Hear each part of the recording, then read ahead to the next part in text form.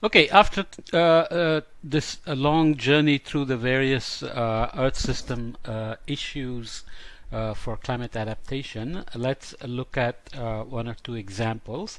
In the book, it talks about the Thames River flood defenses with its details shown here. So it's showing maximum water level rise going from 0 to 4 meters, and the previous extreme being here, and the new barrage that's built obviously wants to plan for all the way to 2100. UK obviously has been leading the climate action and climate mitigation plans and climate adaptation plans. They have an island state that's facing some issues, sea level rise being one of them, Thames River estuary flooding being a critical issue for the financial capital London sitting on it, and few examples are like 2003 flooding and so on have left them having to worry about this. But I'm going to move on to talk a little bit about India and its issues very quickly. So the insurance payouts and relief to farmers from 2014-15 to 2016-17 in terms of crores of rupees. Crore is 10 million rupees. So that's 100 lakhs, different language, but nonetheless you can see that there are some places like Maharashtra, especially parts of Maharashtra that have been getting hit with chronic floods, whereas a large part of the central India extending from the northwest to the southeast here has been facing widespread floods, and coastal regions have been facing heavy floods as well. And if you look at the droughts over the last century to the present, you can argue that there has been a trend where you can see maybe there is a clustering of droughts here. So this is below average rainfall and this is above average rainfall. There have been clusters before as well, but this seems much more severe, and back-to-back droughts here and so on. And there is a warming of the ocean which appears to be associated with a decrease in the mean rainfall averaged over the whole country. And total production of food grains actually has increased from 51 million tons in 1950-51 to 252 million tons by 2015 and 16. So India has done well, especially in the 60s and 70s with the green revolution. It kind of solved its hunger problem, and right now it's doing remarkably well in terms of dealing with hunger. There are no famines, which India was famous for in the late 19th and early 20th century, mid 20th century. Okay, so according to the second advance estimate by the Ministry of Agriculture, food grain production is estimated to be 272 million tons in 2016-17. Production of wheat and rice took off after the Green Revolution in the 1960s, and as of 2015 and 16, wheat and rice accounted for 78% of the food grain production in the country. This is good news, but such a strong focus on two crops can also make it vulnerable with climate change. So very nice work came out of Ruth DeFries's group out of Columbia University that I will run through. So these are production and harvested area of Kharif, that is the summer monsoon season, and Rabi we will look at, which is the winter monsoon season or the second crop. Okay, so these are values disaggregated between rain-fed and irrigated shares. So you're looking at production in kilotons for finger millet, maize, pearl millet, rice, and sorghum. Somehow wheat is not included in here. So looking at irrigated and rain-fed. So rain-fed being percentage of the Kharif total, you can see it's a remarkably high number for finger millet, and almost all of them. Only rice is heavily irrigated. So harvested area, rain-fed and irrigated. You can see again that rain-fed area is significantly higher for almost all the crops. This also means that rain-fed agriculture, which is necessarily more vulnerable to the vagaries of the monsoon, as they are known from the time of the Britishers. I think it was first used by Blandford in the late 1800s. So monsoon onset, withdrawal, distribution, length of the rainy season, active break periods, everything has changed, as I mentioned before. And you can look at the increases in production in million tons from 1950s to 2015 and 16, which is what was summarized in the previous slide.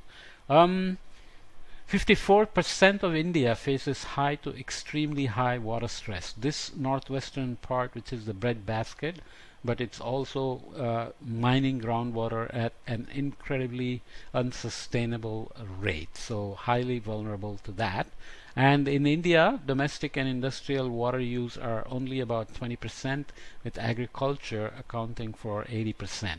So any adaptation for the projected warming and monsoon extremes, obviously agricultural water use is a main target, but you can also target at the crops themselves. So that's what Ruth de Vries's work did.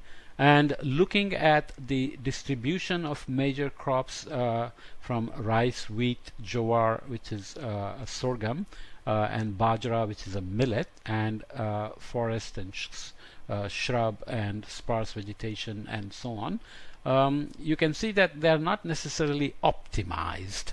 So if you want to consider adaptation of agriculture, you may want to optimize that, as we will see. And this is just a map showing the trends in minimum temperature which affect the crop yields like rice and wheat and so on. So large part of the country is basically facing an increase in annual minimum temperature trend, as well as during the Kharif season in the summer and in the Rabi season during the fall winter months. Okay, there is a trend of rainfall. This is district wise, so there are many districts where rainfall has increased, but this period is 1901 to 2013, but there is this kind of a horseshoe pattern where rainfall has decreased, and this is for monsoon rainfall.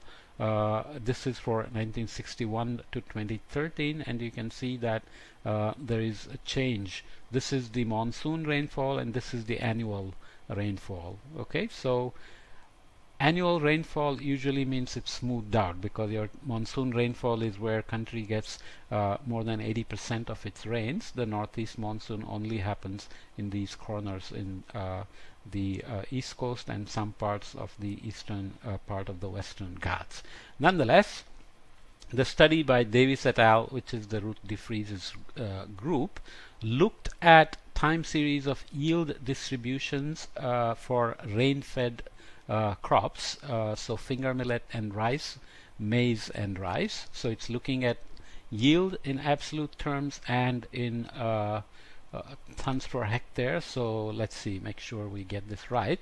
Yield distributions were compared for districts where rice and each of the alternative grains were chosen. So millet, maize here, and in C you have pearl millet, and in D you have sorghum.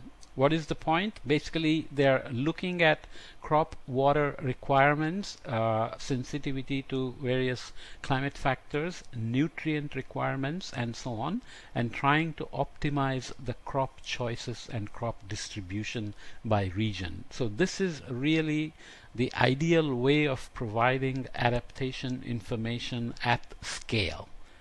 Okay? So this is a really amazing study. I loved it. That's why I included it. So as a result, the shape of the band. So here, various details are included that I'm not going to go into. But obviously it's model based, so one has to be careful in terms of what assumptions go into it and what uncertainties remain. But having alternate crops to rice and wheat is going to be always a great way to track sensitivities, reduce vulnerabilities of food production, increase resilience of agriculture to temperature change and precipitation change, right? The crop damage to extreme events are not necessarily going to be protected in this sense, but still, this is a very valuable study. So this is looking at change in yield in absolute terms and in percentage change shown as percentiles here. So it's rice and alternative grain.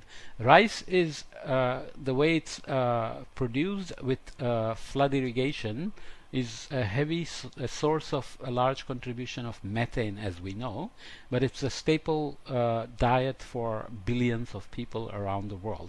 So you have to deal with that as it is. So this is looking at absolute and relative changes in yield under extreme climate conditions from 1966 to 2011 for rain-fed alternative grains and co-occurring rice. So rain-fed agriculture, what are the alternatives, alternative grains co-occurring with rice. So here, absolute and relative changes in rain-fed yields during an extreme dry year, and these are during an extreme hot year. And the arguments are essentially that alternative grains can help you deal with the crop losses that happen when you choose just rice. Okay, so you can see that the losses are greatly reduced in absolute and in percentage, both for the extreme dry year and for extreme hot year. Much more so here than here, but nonetheless, these are the kind of adaptation information you would want. They also go into details about crop water requirements and use of blue water and green water for managing the water resources and tracking yields of rice, wheat, maize, sorghum, finger millet, and pearl millet. So whenever you offer advice on alternative crops or reducing irrigation water use and so on, you have to always assure avoiding crop stress and yield loss. This is very critical. Okay, so this is just the example of how they did the optimizations of replacing crops for rain-fed and irrigated crops of maize, pearl millet, sorghum, finger millet, rice with no replacement and no rice cultivations using various scenarios that they make up. So I should add some details. So they are also considering water footprint, basically by looking at blue water and green water and considering crop water requirements. So this is also trying to deal with managing food and water nexus, for example. And in the water nexus, there is also energy included because there is subsidized electricity for irrigation. So again, without going into the details, they are looking at not only water footprint, lowest total and lowest blue water footprint, but they are also looking at nutrient requirements in the adaptation in terms of highest protein and highest micronutrient in terms of iron. I think there is some evidence from what I have understand that with warming, actually the micronutrient uptake by some crops can actually reduce as well. Okay, let me put that on display. So we have to also watch out for that. Okay, this is showing now allocation of harvested area under current climate and optimized distribution of the crops. So you can see rice, current and optimized, finger millet, pearl millet, and sorghum. So this is exactly the kind of details you would want for adaptation for a country like India or for any country, with details mapped out for water requirements, water management, nutrient requirements, reducing blue water, green water shares of to satisfy crop water requirements without losing yield and so on. So food security, water security, and also with implications for nutrition security and energy security. Fantastic. I would say that's a good example of how information should be produced for adaptation. Obviously, that's not an example of adaptation, but I included that to show how India could use that information to actually implement adaptation plans.